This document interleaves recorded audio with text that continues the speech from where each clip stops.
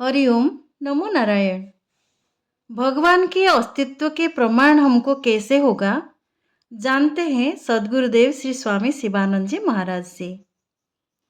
आप सदैव ये अनुभव करते हैं कि मैं हूँ, अर्थात मेरा अस्तित्व है। आप अपने अस्तित्व को कभी अस्वीकार नहीं कर सकते हैं। क्या आप ऐसा कर सकते हैं? अपने अस्तित्व को अस्वीकार करना असंगत, अतार्किक एवं हास्यास्पद है।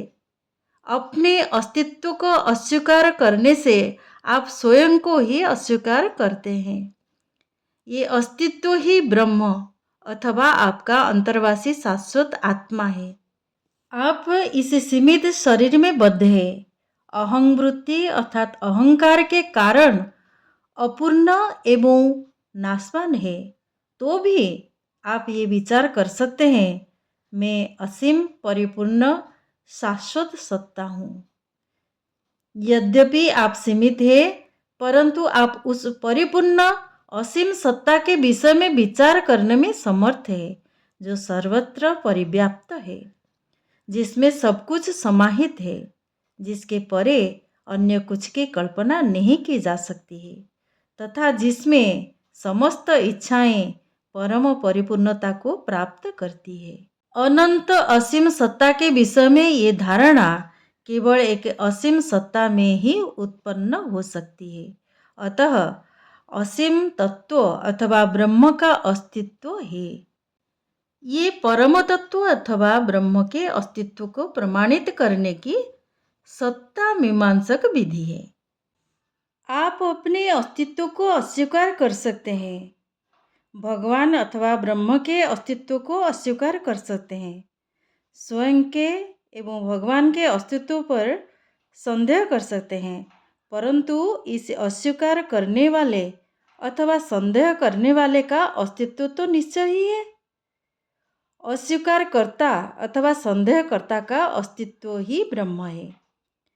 इस जगत में सब कुछ परिवर्तित हो रहा है।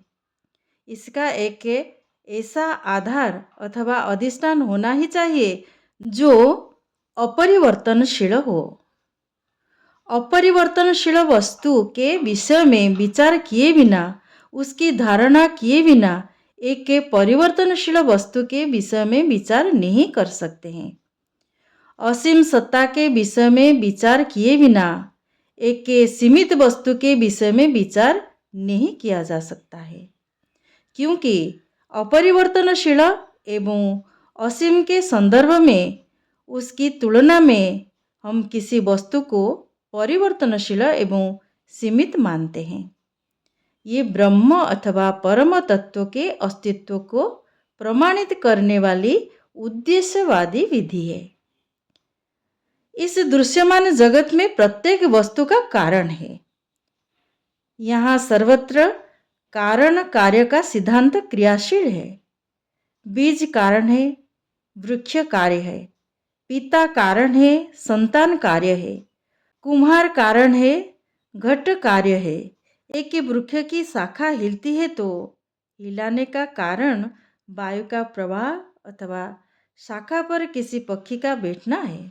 आप इस जगत को देखते हैं, इस जगत रूपी कार्य का कोई कारण होगा, परंतु आप कह सकते हैं कि जगत का जो कारण है वो भी किसी अन्य कारण का कार्य हो सकता है। इस प्रकार तर्कों को आप अधिक लंबा नहीं कर सकते हैं, क्योंकि एक अनंत श्रृंखला बन जाएगी। इस तर्क दोष को दूर करने के लिए एक कारण रहित परम कारण स्वीकार करना ही होगा।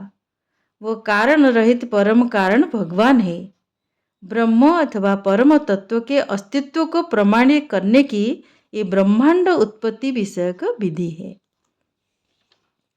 जगत में अव्यवस्था असामंजस्य प्रतीत होने के बावजूद यहाँ सौंदर्य, प्रकाश, सुव्यवस्था, सामंजस्य, समरसता तथा बुद्धियुक्त प्राणियों का अस्तित्व है।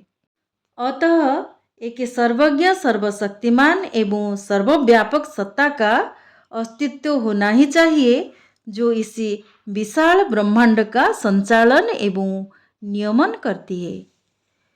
ये भगवान के अस्तित्व को प्रमाणित करने की धर्मशास्त्रीय विधि है। अब भगवान के अस्तित्व पर संदेह नहीं करें। इसे संदेह करने वाले का एक मौन साक्षी सदा विद्यमान है। वो मौन साक्षी आपकी अपनी आत्मा है। वो सर्वज्ञ, अविनाशी, असीम ब्रह्म अथवा भगवान है। आप सब भगवान में अटल विश्वास रखें, सच्ची भक्ति एवं गंभीर साधना द्वारा भगवत साक्षात्कार करें। हरिओम, नमो नारायण।